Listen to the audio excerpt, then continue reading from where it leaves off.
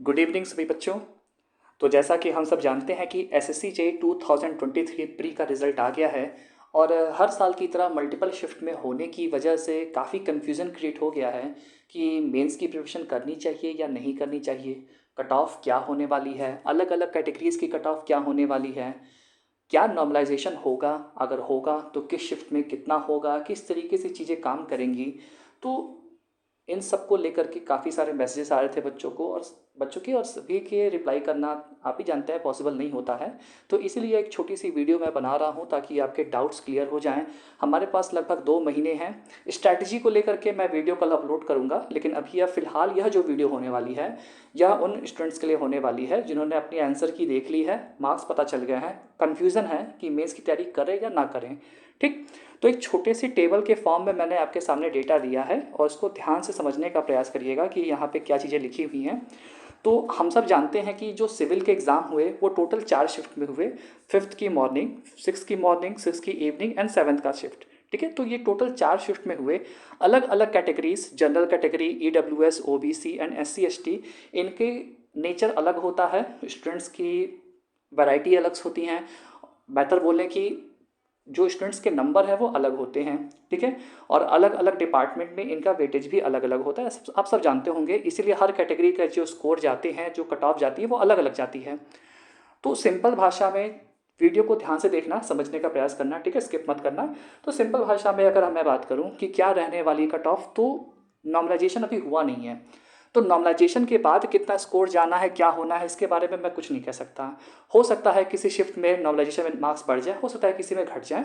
मैं यहाँ पर रॉ मार्क्स के बेसिस पे आपसे बात कर रहा हूँ कि रॉ मार्क्स के बेसिस पे आपको मेंस की तैयारी करनी चाहिए या नहीं करनी चाहिए। ठीक है, सबसे पहले मैं बात करने वाला हूँ किसके बारे में, सबसे पहले मैं बात कर रहा हूँ यहाँ पे 5th की मॉर्निंग के बारे में। ठीक, तो अगर आप 5th की मॉर्निंग में आपने एग्जाम दिया था और आप जनरल कैटेगरी से बिलोंग करते हैं और आपके रॉ मार्क्स 115 से 117 के बीच में आ रहे हैं, तो आपको तैयारी स्टार्ट कर देनी चाहिए। देखिए, अगेन ये एक प्रिडिक्शन है, मैं एसएससी का कोई चेयरमैन नहीं हूँ, ना मैं वहाँ का स्टाफ मेंबर हूँ कि मुझे एक सटीक जानकारी हो।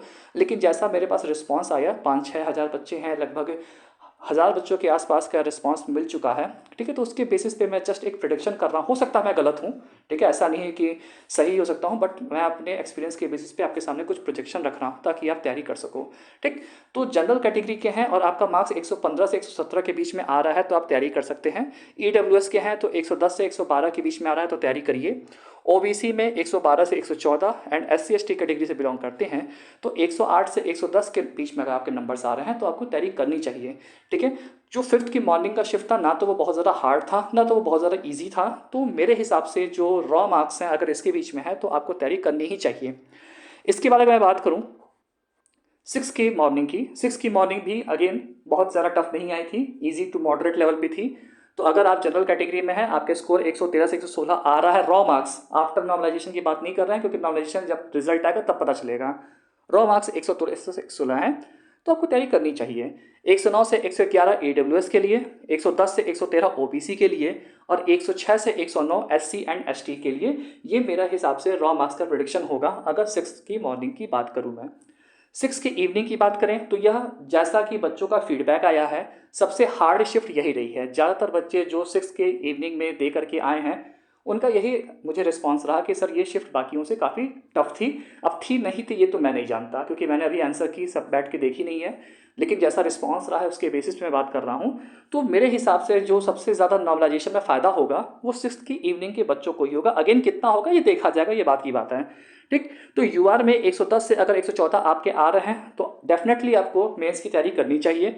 ईडब्ल्यूएस 107 से 110, ओबीसी 108 से 112 एंड एससी एसटी कैटेगरी के लिए 106 से 119 मार्क्स अगर आपके हैं, सॉरी 119 नहीं है 109 है, टाइपिंग मिस्टेक हो गया है। तो 106 से 109 मार्क्स अगर आपके आ रहे हैं तो आपको तैयारी करना चाहिए। ठीक, 7th की morning again easy to moderate थी, लगभग 5th के मॉर्निंग जैसा ही इसका नेचर था।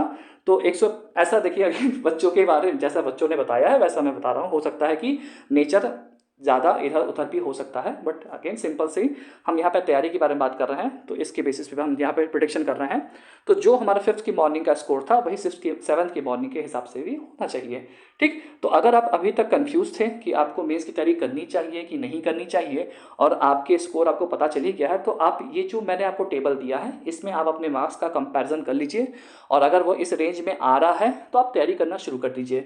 1-2 मार्क्स अगर कम भी आ रहे हैं, मान लीजिए जस्ट फॉर एग्जांपल कि मैं 5th की मॉर्निंग में गया था, मेरे मार्क्स 112 आ रहे हैं, तो क्या मैं तैयारी करूँ? डेफिनेटली करो यार, एकदम करिए, क्योंकि नॉर्मलाइजेशन का भी मुझे आइडिया नहीं है, ना आपको आइडिया ना किसी को आइडिया है। ठीक है, तो अगर आप मान लीजिए कि जो भी मैंने यहाँ रेंज दिया है अगर उससे आपके 2-3 मार्क्स कम भी आ रहे हैं तो भी आप डेफिनेटली मेंस की तैयारी करिए, क्योंकि जब रिजल्ट आएगा और गलती से नॉर्मलाइजेशन की वजह से आप प्री के कट ऑफ को पार कर गए, आपके पास 15 दिन से ज़्यादा का समय नहीं बचेगा।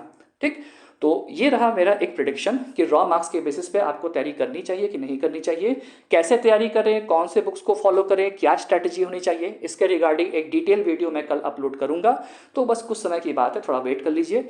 बाकी कब तक एग्जाम होने के चांस हैं, तो मेंस का एग्जाम आपका अगस्त में होगा, यानी कि लगभग अभी से लेकर के आपके पास लगभग 2 महीने का टाइम है, मोटी मोटा 50 दिन तो है ही आपके पास। ठीक, तो एक छोटा सा वीडियो था आपकी कन्फ्यूजन को दूर करने के लिए। आई होप आपको समझ आया होगा।